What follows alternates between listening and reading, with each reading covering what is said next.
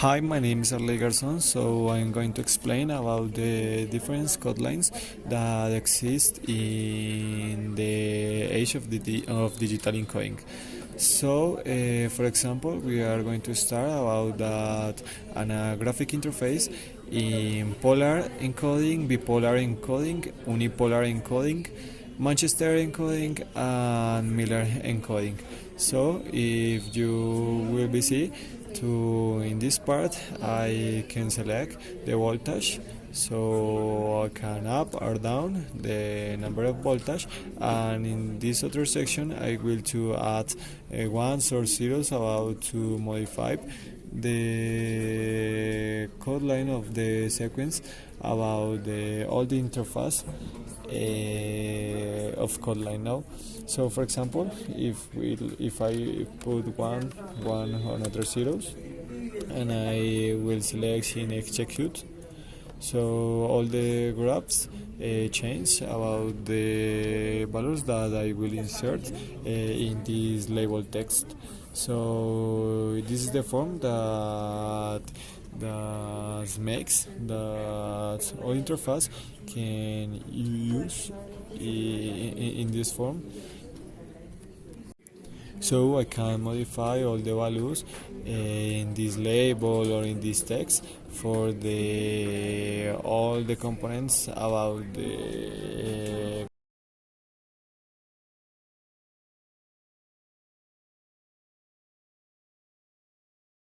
So in this moment we are to introduce to Simulink. So we are started of navigating to Simulink in MATLAB, and surely we have the core library select for task. So for example, in the model of construction, from here we began to construct a model from scratch and starting with an equation that represents our signal.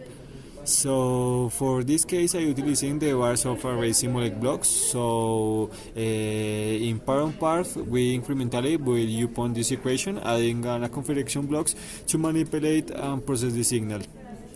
Like in the interior part, so that is the signal manipulation as we progress, that we use various Simulink blocks to manipulate and shape the signal according to our requirements. So in first part we recommend to incorporate blocks to some signals and apply mathematical operations and modulate the signals using carriers. Next, we are going to establish the oscilloscope creation. So for this work, the creation is a virtual oscilloscope that works with Simulink. So by integrating this and configuring appropriate blocks, we successfully generate an oscilloscope that could visualize our signal in real time. So the final part that I will to show you is that the signal analysis that with our oscilloscope and running, we were able to observe and analyze the behavior of signals in our time. This allowed us to gain valuable insights into the dynamics and characteristics of the signals that is crucial of understanding to the system behavior.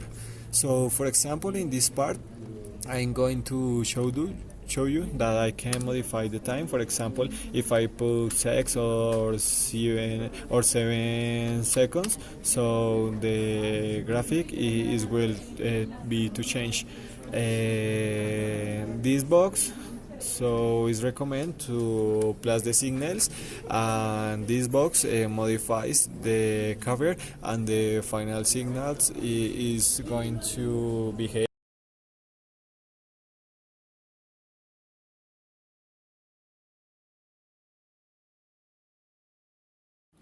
So okay, the next part is the Anttena designer. So first we are going to open in Anttena designer for begin to launch the tool and control an intuitive user friendly. That is a good interface to locate or navigate easily. So for example, in this part we can modify the values offset of the graphics. So in the second part we can analyze the plots.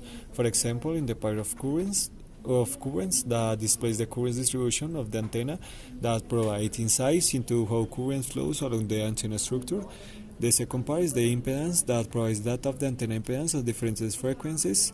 The third part is the parameter that give information about the antenna's parameters that which are essential for characterizing its response in terms of signal reflection and transmission. The fourth part is the mesh that allows visualizations of the antenna structure in detail, that showing the mesh and constituent elements. The fifth part is the pattern that shows the radiations pattern of the antenna that illustrates how energy is radiated in different directions.